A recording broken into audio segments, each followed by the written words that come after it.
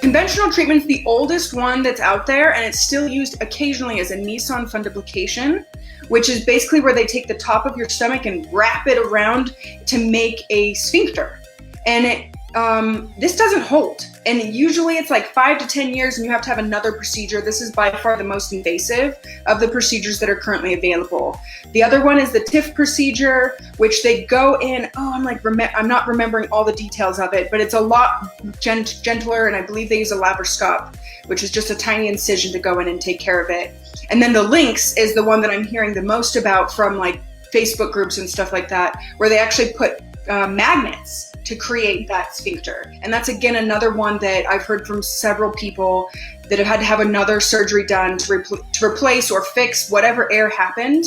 And what I see clinically with these procedures is it creates a lot of scar tissue. And if you don't change the thing that's causing the hiatal hernia, it's going to come back, which is probably why the Nissen fundoplication, you need to have a new one done. It just doesn't fix the problem. So the thing that was like the most game changer for me was actually having someone touch my body. I can't tell you how many doctors I told, I have pain right here in we call it the epigastric area, but it's the space right below the sternum. And I would literally point to it and nobody touched me. I had imaging, blah, blah, blah, everything's normal. This naturopathic doctor actually touched my stomach and she was like, oh, it seems like you have a hernia. And she did a little bit of other body work to kind of relax me so my body would be more amenable to accepting the adjustment. And she basically pulled my stomach down and out of my esophagus, which is crazy to think about. And I didn't even know you could like touch your stomach that way, like your whole abdomen.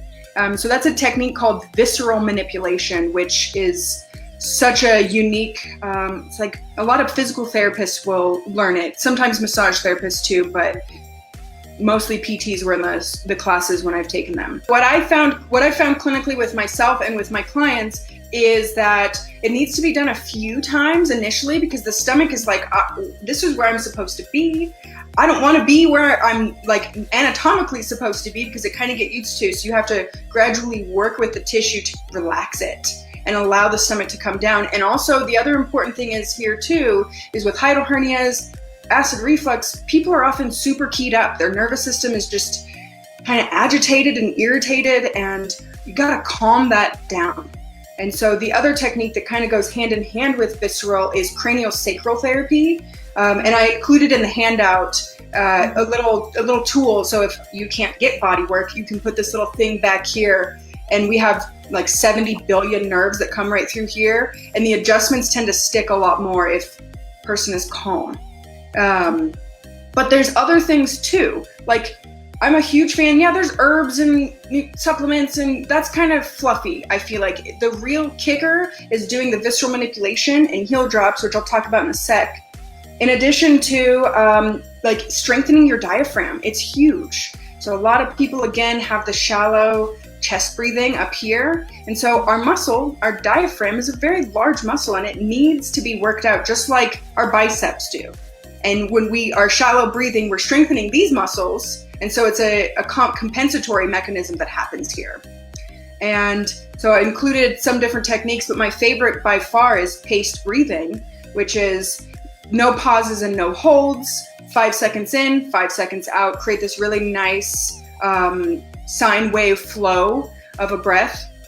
And you're doing multiple things there. You're strengthening your nervous system, creating resilience. So when you are in stressful situations, that hiatal hernia doesn't pop out, which is by far the most common time I see people that experience hiatal hernia kind of revert back to that symptom presentation, is just being stressed out to the max. So the visceral manipulation you talked about, then you talked about the breathing, like 5 in, 5 out. And what was the third thing we said? Oh, the heel drops. So that's another thing I've seen. I've had patients do this without doing the visceral because they just don't feel comfortable doing the self-adjustment, even though it's very safe. Just, it's a weird thing for some people. And it's basically you drink about 1.5 cups to 2 cups or 12 to 16 ounces of water, and you don't sip it, you like drink it. You like chug it down. And what this does is it creates, you're using gravity, and you basically stand on your tippy toes, stabilize yourself on a wall if you need to, and drop like with your force, and that pulls your stomach down. And I like to have people do this after having a visceral session because it just like it gives that feedback back to the stomach that says, hey, like, remember, the body work you had, like, let's drink some water and continue this pressure downward, pulling downward. Yeah, I do think it helps, especially in the case of if someone does have low stomach acid, which that makes it hard to digest foods, especially proteins, and makes us more prone to like H. pylori infections and other infections too. So bitter herbs, which oftentimes have a dual action of being a nervine or calming to the nervous system. So I do love to recommend those. A couple of my favorites would be fumaria, which I can't remember its common name, but it's a kind of yucky bitter herb, yarrow, chamomile, and passion flower. All really great bitters, helps to stimulate not only the stomach acid, but also the gallbladder, which sometimes there's some relationship there too. And then eating fiber and eating vegetables, decreasing the carbonated beverages. I know we all really love the fizzy beverages, but no, those need to go for at least for a little while. And the other big thing too is smoking. And smoking, it has an upward energy. And so that kind of just creates an environment that makes the hiatal hernia more likely. Now, you don't have to quit forever, and you can still have your whatever cigar you want, but I would say while you're working on this to get it to actually stick and stay, so you don't have to adjust yourself all the time, just put it to the side for a little while.